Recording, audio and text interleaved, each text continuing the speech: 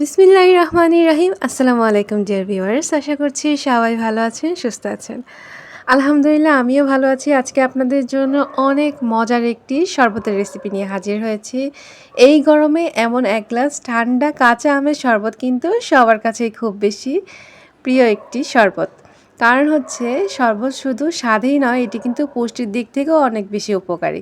এই যে দেখতে পাচ্ছেন এখানে কাঁচা আম, বর্তমানে কাঁচা আমের দাম হয়তোবা একটু বেশি, তারপরেও চেষ্টা করবেন একটু কাঁচা আমের শরবত খাওয়ার।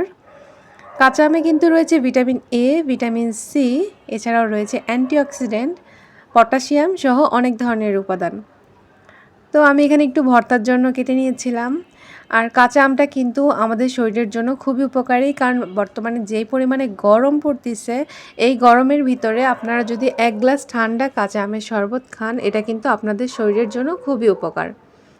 কারণ এটি হচ্ছে হিট স্ট্রোক থেকে আপনাদেরকে রক্ষা করবে। এছাড়া হচ্ছে এটি হজমের জন্য খুবই ভালো একটি শরবত, আর এর ভিতরে রয়েছে অনেক ধরনের পুষ্টি উপাদান। তো আমি আপনাদেরকে আজকে শরবতের রেসিপিটি দেখাবো যে আমি কীভাবে বাসায় শরবতটা তৈরি করছি। এখানে আমি কাঁচা আম নিয়ে নিলাম 3টি। আপনারা চাইলে আরও বেশিও নিতে পারেন বা কমও নিতে পারেন আপনাদের ইচ্ছা অনুযায়ী। তবে কাঁচা আমটা কিন্তু একটু টক, এখনকার সিজনের কাঁচা আমটি আর টক টক আমি কিন্তু খেতে বেশি মজা, কারণ শরবতটা কিন্তু খুব মজা হয়, টক মিষ্টি ঝাল। তো প্রথমে ধুয়ে হচ্ছে এগুলাকে কুচি করে নেবেন। যেহেতু এটাকে ব্লেন্ড করতে হবে, তাই আপনার পছন্দ মতো কুচি করে নেবেন। সুন্দর করে উপরের ছালটা হচ্ছে ছিলে নিতে হবে, তারপরে সুন্দর করে কুচি করে নিতে হবে। আর ভিতরে যেই একটা ছোট্ট সাদা বাড়া থাকে ওটা ফেলে দিতে হবে।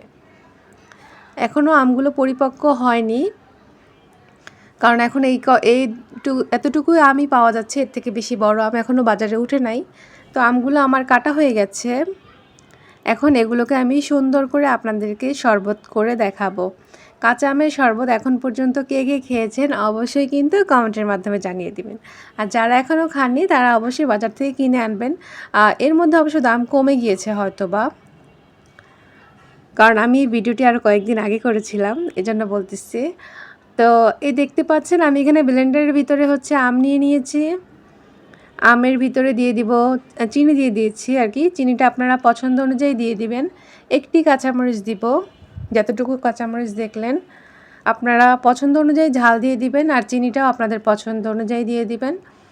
লবণ স্বাদ মতো, আমের পরিমাণ অনুযায়ী। লবণটা একটু বেশি লাগে যেহেতু টক আম, বিট লবণ দিয়ে দিলাম। আর হচ্ছে এখানে আমি একটা জিনিস অ্যাড করছি, সেটা হচ্ছে জিরা আর হচ্ছে ধনিয়া। এটা হালকা টেলে নিয়েছি, আর সাথে একটা শুকনা মরিচ দিয়েছি। আমার আমার এখানে শরবতটা কিন্তু একদম পারফেক্ট হয়েছিল, অতিরিক্ত ঝাল হয়নি।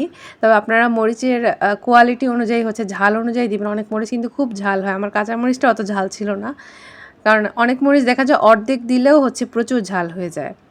তো সেই অনুযায়ী ব্যালেন্স করে হচ্ছে দিবেন। আর কাঁচা লবণও দিয়েছিলাম আমি। তারপর হচ্ছে এখানে সবগুলো ব্লেন্ড করে নিয়ে দিচ্ছি পানি দিয়ে।